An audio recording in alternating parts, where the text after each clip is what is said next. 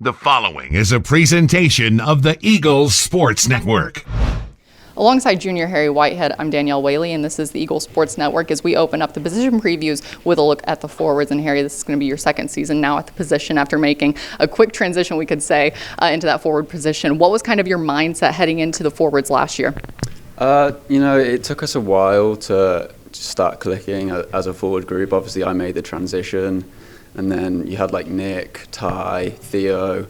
Obviously, like they were playing in their positions, but I thought towards the back end of the season we started to click a little bit, started to score some goals, and I think we started to play well together. We figured it out eventually.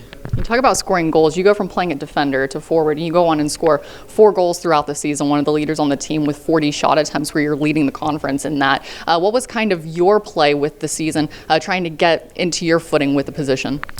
Yeah, the transition, it took a while. I didn't know until I actually came back in the spring that I was going to make the transition to a forward.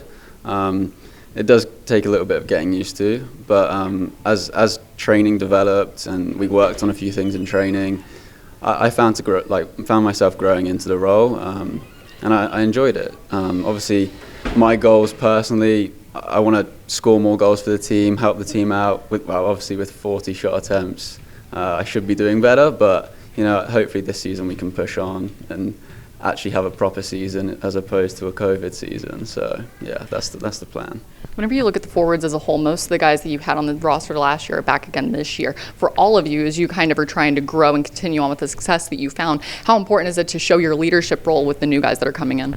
Yeah, so that's one of the main things is we've got a big group coming back in. I think we've kept about 15 returners, and we have roughly the same amount coming in.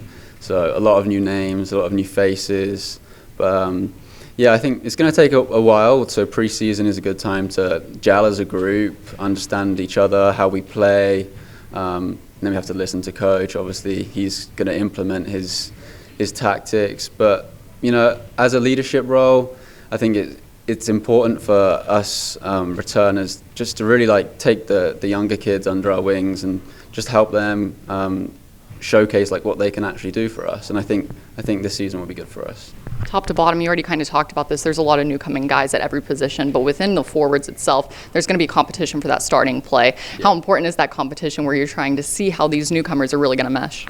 Yeah, so it's good to have competition. I think last season the competition was there, but I think there wasn't enough competition for some positions.